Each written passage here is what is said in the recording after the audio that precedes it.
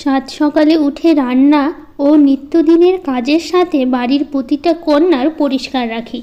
রাধে রাধে বন্ধুরা, কেমন আছো তোমরা সবাই? আশা করি ভীষণ ভালো আছো। আমরাও কিন্তু খুব ভালো আছি। আজকে হচ্ছে বুধবার, তোমাদের সাথে নিয়ে আজকের ব্লগটা শুরু করছি। সাথে থাকো, আজকের ব্লগটা তোমাদের খুব ভালো লাগবে। সকালবেলা উঠেই প্রথমে যে ফ্রেশ হয়ে নিলাম, নিয়ে তারপরে হচ্ছে কাজকর্মগুলো শুরু করব। তারপরে চলে আসলাম রান্নাঘরে। তো এখন একটু জল গরম বসাবো। সকালবেলা একটু হালকা গরম জল খাই আমি, সেটা আমি খাই, বাবানকে একটু দিই। বাবান বেশিরভাগ অবশ্য ঠান্ডা জল খায়, গরম জল দেওয়া হয় না। তো আমি একটু হালকা উষ্ণ গরম জল খাই, তো সেটাই এখন খেয়ে নিব। খেয়ে নিয়ে তারপরে এদিকে আমি ডিম সেদ্ধটা বসিয়ে দিলাম। তিনজনের জন্য তিনটে, বাবানের পাপা রেগে যায় আমার জন্য ডিম সেদ্ধ না দিলে, তো সেই জন্য তিনজনের জন্য তিনটে ডিম সেদ্ধ দিলাম। তো ডিম সেদ্ধ বসিয়ে এদিকে কাজকর্মগুলো করছি। আর বাবান তো উঠে পড়েছে, সকাল সকাল উঠে ও হাঁটাহাঁটি করছে, ফ্রেশ হচ্ছে। সকালবেলা করে বাবানের পাপা একটু ছাদে গিয়ে দৌড়াদৌড়ি করে, একটু ব্যায়াম করে। তো বাবানের পাপাকে বাবান দেখে বাবানও ওরকম যায়, ও পাপাকে দেখে করতে, তো ওরও ইচ্ছে হয়, তো ও একটু দৌড়াদৌড়ি করার পাপার সাথে ব্যায়াম করে, এগুলোই করে পাপাকে দেখে দেখে। আর এইদিকে আমি কাজকর্মগুলো করছি। তো ডিম সেদ্ধ হয়ে গেল, বাবান ড্রাই ফ্রুটস আর ওদের ডিম সেদ্ধটা বাবানকে দিয়ে দেবো। তো এইদিকে আমি বিছানাটা ভালো করে গুছিয়ে নিলাম, নিয়ে তারপরে হচ্ছে ঘর বাড়ির কাজগুলো করে নেবো। অনেক কাজ তো বাকি আছে এখনও, সেই জন্য। তো এই ঘরে কিছুটা জামা কাপড় আছে, সেই জামা কাপড়গুলো একটু আমি গুছিয়ে নেব। তো নিয়ে চলে আসলাম আলনাতে গুছিয়ে নেওয়ার জন্য, মানে প্রতিদিন যে জামা কাপড়গুলো পরা হয় সেই জামা কাপড়গুলোই নিয়ে আসলাম। কালকে একটু কয়েকটা কেচে দিয়েছিলাম জামা কাপড়গুলো, নাইটি ছিল ওগুলো।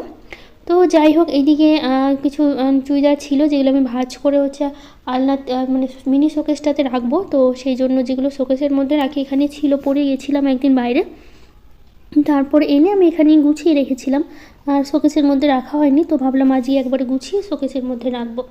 আর এখানে তো ওই প্রতিদিনের যেগুলো জামা কাপড়গুলো পরি সেগুলোই রাখা হয়, তো সেগুলোই এখন আপাতত গুছিয়ে নিচ্ছি। গুছিয়ে নিয়ে তারপরে কাজকর্মগুলো, বাকি কাজকর্মগুলো করব।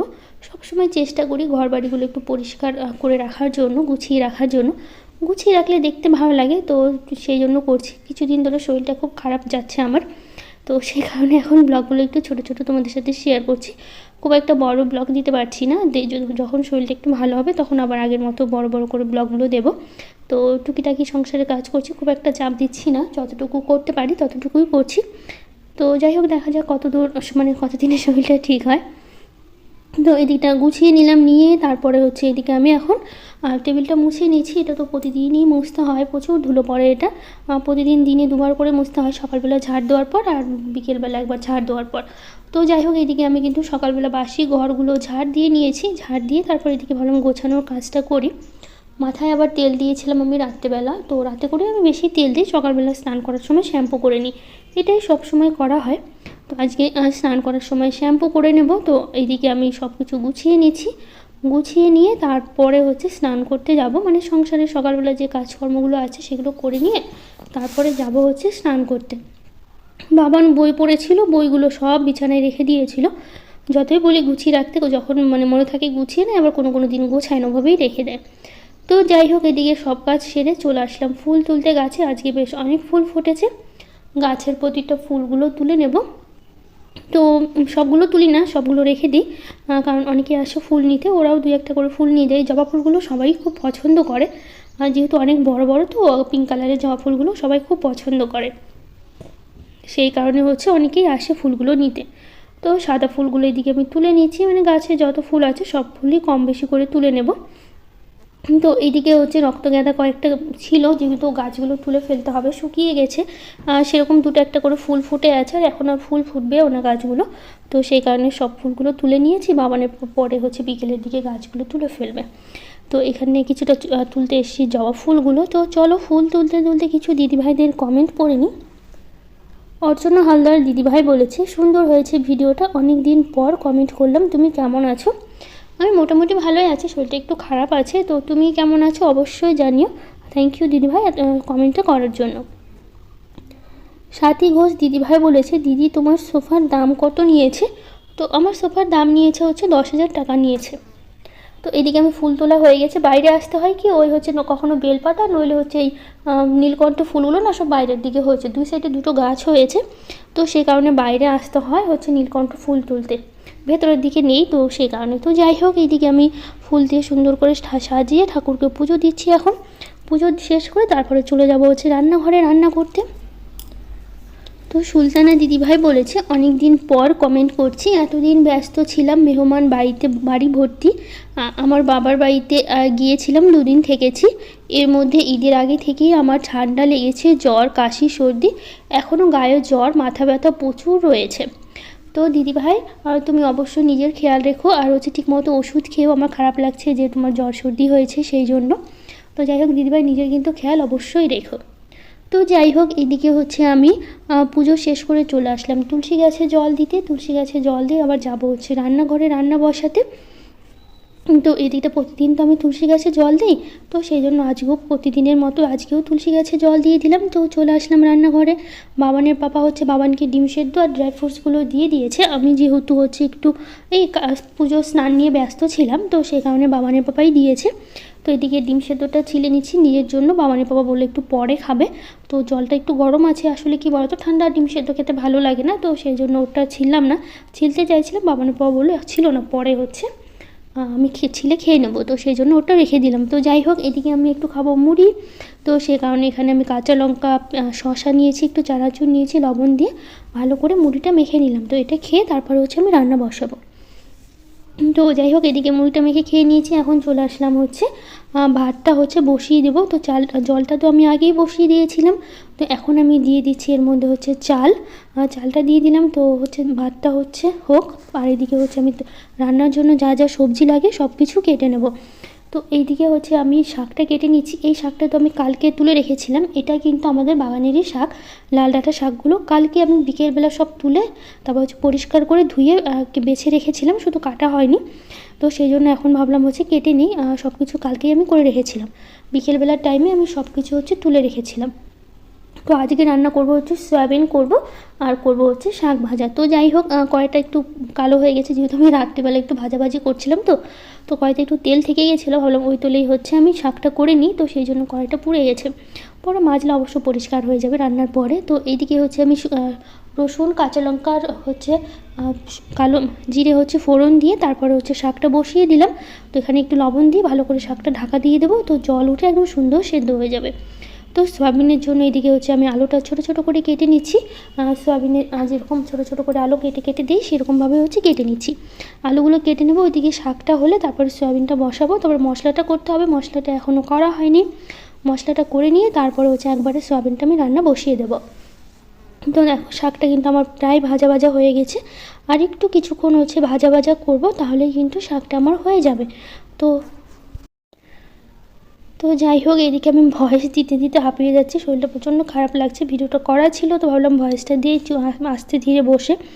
তো এদিকে আমি ভয়েস দিচ্ছি, বারবার থেমে যাচ্ছে, যেহেতু হচ্ছে কি বলো তো, মানে ভয়েস দিতে দিতে হাঁপিয়ে উঠছে, আর এরকম লাগছে মনে হচ্ছে ভয়েস দিতে গেলেও শরীরটা এতটা দুর্বল লাগছে। তো যাই হোক, এদিকে হচ্ছে আমি জিরে ফোড়ন দিয়ে তারপরে এর মধ্যে দিলাম আলু। এখন দেবো হচ্ছে লবণ হলুদ দিয়ে আলুটা খুব ভালো করে হচ্ছে আমি লাল লাল করে ভেজে নেব। ভেজে নিয়ে তারপরে মশলা কষিয়ে তারপরে রান্না করব। আর সয়াবিনটা আমি পাশে বসিয়েছি গরম জলে সিদ্ধ করার জন্য। সয়াবিনটা হচ্ছে আমি ভুলেই গেছিলাম যে সয়াবিন হচ্ছে সিদ্ধ করতে হবে, আগে থেকে অবশ্য করে রাখি, কিন্তু একদমই ভুলে গেছিলাম। তো সেই জন্য হচ্ছে পরে হচ্ছে ভাবলাম বসালাম, সেই জন্য। তো একটু গরম জলে সিদ্ধ হয়ে নিই, তারপর ভালো করে ধুয়ে সয়াবিনগুলো চিপে রেখে দেবো। যেহেতু আমি সয়াবিনগুলো আলাদা করে ভাজি না, কারণ সয়াবিন ভাজতে গেলে প্রচুর এক্সট্রা তেল লেগে যায়, তো সেই কারণে হচ্ছে সয়াবিন ভাজি না। অবশ্য মনেও হয় না যে সয়াবিন ভেজে আমি রান্না করিনি, কিন্তু খেতে কিন্তু একই রকমই লাগে। তো যাই হোক, এইদিকে আমি মশলাটা আমি দিয়ে দিলাম, সয়াবিনে যা যা মশলা লাগে মশলা দিয়ে ভালো করে কষিয়ে নেব। তো দেখো, অনেকক্ষণ আমি কষিয়ে নিয়েছি, এখন এর মধ্যে দিয়ে দেবো সয়াবিন। আর পাশে আমি জলটা দিয়েছি, গরম বসিয়েছি যাতে হচ্ছে ঝোলের মধ্যে দেবো, তো গরম জলটা, সেই কারণে হচ্ছে জলটা আমি গরম হতে দিয়েছি। তো এর মধ্যে মশলার সাথে ভালো করে সয়াবিনটা কিছুক্ষণ কষিয়ে নিয়ে তারপরে দিলাম এই গরম জলটা দিয়ে কিছুক্ষণ নাড়াচাড়া করব। বেশি একটা গরম হয়ে উঠতে পারেনি, যেহেতু পরে বসিয়েছি, তো সেই কারণে। তো যাই হোক, দেখো সয়াবিনটা কিন্তু আমার প্রায় হয়ে এসছে। এর মধ্যে আমি দিলাম এখন গরম মশলা দিয়ে নেড়েচেড়ে নামিয়ে নেব। এখন আজকে একটু রান্নাঘরটা পরিষ্কার করবো, বেশ অনেক দিন সাবান দিয়ে পরিষ্কার করা হয় না, সবসময় মুছেই রাখা হয়, তো একটু তো তেলে হয়, তো সেই জন্য ভাবলাম আজকে একবার সুন্দর করে সাবান দিয়ে ঘষে তারপরে পরিষ্কার করব। তো সেই কারণে এই যে সাবান দিয়ে ভালো করে ঘষে এটা পরিষ্কার করছি, তাহলে তেলে ভাবটা একদমই চলে যাবে। তো স্নান করার সময় তো শ্যাম্পু করেছি, চুলটা শুকায়নি, যেহেতু হচ্ছে কি সকালবেলায় কাজকর্মে ব্যস্ত থাকি, তো আমি চুল ছেড়ে কাজ করতে পারি না, অসুবিধা হয়ে যায়। আর ভেজা চুল ছাড়লে তো আরও বিরক্ত লাগে কাজ করতে, তো সেই কারণে ভাবলাম একবারে সব কাজ সেরে রান্নাবাড়ি সেরে তারপরে হচ্ছে আমি চুলটা ছাড়বো। তো সেই কারণে আপাতত চুলটা আমি ছাড়িনি। এদিকে বাবানের পাপা বাবান দুজনেই স্কুলে চলে যাবে, তারপরে হচ্ছে আমি চুলটা ছেড়ে দেবো। তো এইদিকে আমি খাবারগুলো সরিয়ে সরিয়ে খুব ভালো করে মুছে নিচ্ছি, ওভেনটাও ভালো করে পরিষ্কার করব। তো যাই হোক, এদিকটা ভালো করে মুছে নেওয়ার পর তারপরে এখন ওয়ালগুলো ভালো করে মুছে নিচ্ছে, কারণ এগুলোতে না অনেক সময় ছিটে ছিটে যায়, বাসন মাজা হয় অনেক কিছুই ছিটে যায়, ভালো করে পরিষ্কার করে নিচ্ছি। তো এটাও আজকে সাবান দিয়ে, এটা যেহেতু সবসময় সাবান দিয়েই করা হয়, যেহেতু এখানটা রান্না হয় তো তেলগুলো ছিটে ছিটে যায়, তো সে কারণে সবসময় আমি এটা সাবান দিয়েই পরিষ্কার করে থাকি। তো যাই হোক, এদিকটা আমি ভালো করে পরিষ্কার করে নিলাম। না হলে কয়েকটা বাসন আছে, বেশি বাসন হয়নি, যেহেতু রান্নাটা খুব একটা বেশি করিনি, তো সেই কারণে বাসনও যে খুব একটা বেশি হয়েছে সেরকম না, অল্প বাসনই হয়েছে। তো এই দিকটা পরিষ্কার করে তারপর বাসনগুলো মেজে নেবো, মেজে ধুয়ে নেবো, তারপরে হচ্ছে সবাইকে খেতে দেবো। তো সয়াবিন আর শাক ভাজা করেছি, রান্নাটাও আমার খুব তাড়াতাড়ি হয়ে গেছে, যেহেতু এক রকমের তরকারি তো, আর শাক ভাজা হতে কতটুকু বা সময় লাগে, তো খুব একটা সময় লাগেনি রান্না করতে। তো এইদিকে আমি যে কটা বাসন রান্না করতে করতে হয়েছে সবটা বাসন মেজে নিয়েছি। তো এখন আমি হচ্ছে ধুয়ে দিয়ে বাসনগুলো হচ্ছে রাখছি। তো এই বাসনগুলো সব গামলাতে রেখে দেবো আপাতত, এখন আর গোছাবো না, ওখানে জলটাও ঝরে যাক, তারপরে হচ্ছে বাসনগুলো হচ্ছে আমি গুছিয়ে নেবো। তো যাই হোক, এদিকে করে সবাইকে খেতে দিতে হবে। তো খাওয়া দাওয়া শেষ করে একবার এখন হচ্ছে সারাদিন আর কোনো ব্লগ করিনি, রাত্রিবেলা করছি। আমাদের এখানে যেহেতু বুধবার করে আর রবিবার করে হাট বসে, তো বাবানের বাবা নিয়ে এসছে মাছ নিয়ে এসছে, তো এগুলো মাছগুলো যেহেতু লাগবে না, রাত্রিবেলা যেহেতু সকালের তরকারি থেকে গেছে, শুধুমাত্র একটু মাছ ভাজা করব আর মাছের তেল দিয়ে একটু তরকারি করব। তো সেই জন্য এদিকে 2 পিস মাছ ভাজা করছি, আমার মাছ খেতে ইচ্ছে করছিল না, তো সেই কারণে আমার জন্য আমি মাছ ভাজিনি, মানে আমার জন্য মাছ ভাজা করিনি, বাবানের বাবাকে দেবো আর বাবানকে দেবো একটা। আর পাশে আমি দুধ বসিয়ে দিয়েছি গরম, দুধ জাল হচ্ছে। এদিকে ভাত তো একটু পরে বসাবো, শুধু আগে তরকারিটা করিনি, তারপরে ভাতটা বসাবো। তো যাই হোক, এদিকে আমি আলু বেগুন আর পেঁয়াজ দিয়ে আর মাছের তেল দিয়ে একটু তরকারি করবো, ওটা না গরম ভাতে খেতে ভীষণ ভালো লাগে। এটা হচ্ছে মাছের তেল দিয়ে আলু বেগুন দিয়ে তরকারি করলে আমার তো ভীষণ ভালো লাগে, আমার তো মানে তেল থাকলে আমি সবসময় এটা তরকারিটা করে থাকি। তো যাই হোক, এদিকে আলু বেগুনটা দিয়ে দিলাম, এর মধ্যে দিয়ে দিচ্ছি এখন হচ্ছে মাছের যে তেলগুলো এনেছিল সেগুলো দিয়ে ভালো করে এখন এটা নাড়াচাড়া করবো, তারপর ঢেকে দেবো। এই তেলে কিন্তু প্রচুর, মানে এই মাছের এগুলোতে তেল প্রচুর ওঠে, এগুলোতে একদম তরকারিটা রান্না হবে, কোনো রকম জল লাগবে না। তো দেখো একদমই হয়ে গেছে। তো যাই হোক, আজকের ব্লগটা এখানে শেষ করছি, কেমন লাগলো জানিও। আজকের মতো টাটা।